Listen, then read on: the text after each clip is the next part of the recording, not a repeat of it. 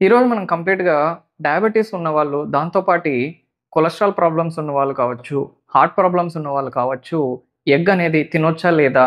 And egg తీసుకుంటే మనకు హెల్త్‌కి ఎటువంటి బెనిఫిట్స్ ఉంటాయి అనే దాని గురించి ఈరోజు వీడియోలో కంప్లీట్‌గా తెలుసుకుందాము. This is doctor Mohammed Mussi and welcome back to our channel.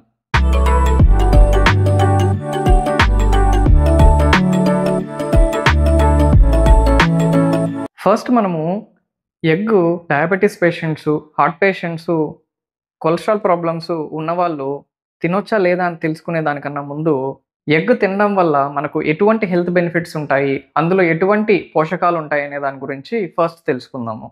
జనరల్‌గా మనము ప్రోటీన్ తీసుకున్నట్లయితే ఈ ఔటర్ పార్ట్, వైట్ పార్ట్ ఏదైతే ఉంటుందో అది వెరీ గుడ్ ప్రోటీన్ సోర్స్ అన్నమాట. సో, జనరల్‌గా మనం ఈ ప్రోటీన్ తీసుకున్నట్లయితే అడ్వాంటేజెస్ ఏముంటాయి అంటే మనకు బాడీలో ఈ మజిల్స్ అంటాం కండరాలు, కండరాల్ని మెయింటైన్ చేయడానికి, కండరాల్ని బిల్డ్ చేయడానికి కూడా హెల్ప్ అవుతుందనమాట.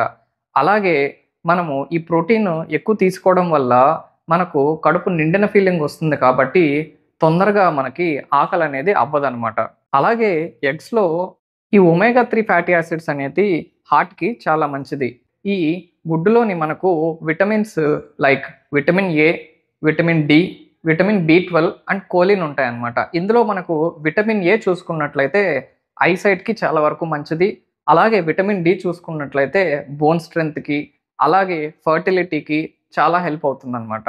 అలాగే విటమిన్ బి12 చూసుకున్నట్లయితే ఇది నర్వస్ సిస్టమ్ లైక్ బ్రెయిన్ ఫంక్షన్‌కి కావచ్చు, నర్వ్స్ చుట్టూ మైలినేషన్ ఉండడం వల్ల నర్వ్ కండక్షన్ అనేది బెటర్‌గా ఉంటుంది. నర్వస్ సిస్టమ్ అనేది మంచిగా పనిచేయడానికి హెల్ప్ అవుతుందన్నమాట. ఇప్పుడు మనము diabetics patients and heart patients, cholesterol problems ఉన్నవాళ్ళు ఈ ఎగ్ తినొచ్చా లేదా అనే దాని గురించి చూసినట్లయితే దీనికి సమాధానము ఖచ్చితంగా తినొచ్చు అని కూడా చెప్పొచ్చు.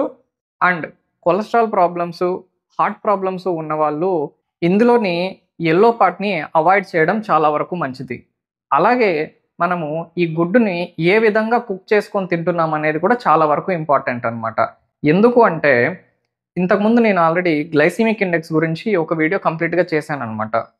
దీని గ్లైసెమిక్ ఇండెక్స్ 0 ఉంటుంది. ఎందుకంటే దీంట్లో కార్బోహైడ్రేట్ అనేది ఆల్‌మోస్ట్ 0 అనమాట. So, diabetic patients daily 1 or 2 eggs అనేది నిర్భయంగా తినొచ్చనమాట. కాకపోతే మనము బాయిల్ చేసుకొని తిన్నట్లయితే దీంట్లో క్యాలరీస్ 70-80 వరకు క్యాలరీస్ ఉంటాయన్నమాట. అదే మనము పోచింగ్ అంటాం. ఇది జనరల్‌గా మన ఇండియాలో చాలా తక్కువ మంది యూజ్ చేసే కుకింగ్ మెథడ్. ఏంటంటే ఇప్పుడు జనరల్‌గా మనము గుడ్డుని డైరెక్ట్‌గా పాన్ పైన ఆయిల్ వేసి గాని డైరెక్ట్‌గా గుడ్డుని పగలగొట్టి వేసేసి ఆమ్లెట్ చేసుకుంటూ ఉంటారనమాట. కాకపోతే ఈ పోచింగ్ అనేది హాట్ వాటర్ అంటే బాయిల్ అవుతున్న వాటర్‌లోని గుడ్డుని పగలగొట్టి వేసి దాన్ని ఆమ్లెట్ లాగా చేసుకుంటూ ఉంటారనమాట. దీన్ని పోచింగ్ అంటారు. గుడ్డుని మనం ఇలా చేసుకొని తిన్నట్లయితే క్యాలరీస్ అనేది దీంట్లో జస్ట్ 70-75 క్యాలరీస్ వరకు మాత్రమే ఉంటాయన్నమాట. అదే కొంతమంది గుడ్లని ఉడకబెట్టిన తర్వాత ఆయిల్ వేసి, లేదంటే బటర్ వేసి, మసాలాలు వేసి ఫ్రై చేసుకొని తింటూ ఉంటారనమాట. అలా చేసుకున్నట్లయితే అందులో క్యాలరీస్ 150 నుంచి 180 కిలో క్యాలరీస్ వరకు ఇంక్రీజ్ అయిపోతుందనమాట. అలాగే మనము గుడ్లుని కొంతమంది పగలగొట్టేసి స్క్రాంబుల్డ్ ఎగ్స్ అంటారు. అంటే ఎగ్ బుర్జీలా చేసుకుంటూ ఉంటారనమాట.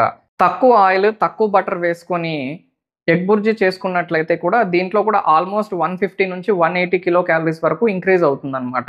అలాగే కొంతమంది బాయిల్డ్ ఎగ్‌ని ఇది డీప్ ఫ్రై చేసి ఎగ్ బజ్జీలాను, ఎగ్ బోండాలాను తింటూ ఉంటారనమాట. ఇలా తిన్నట్లయితే క్యాలరీస్ అనేది 200-250 కిలో క్యాలరీస్‌కి ఇంక్రీజ్ అయిపోతుందనమాట.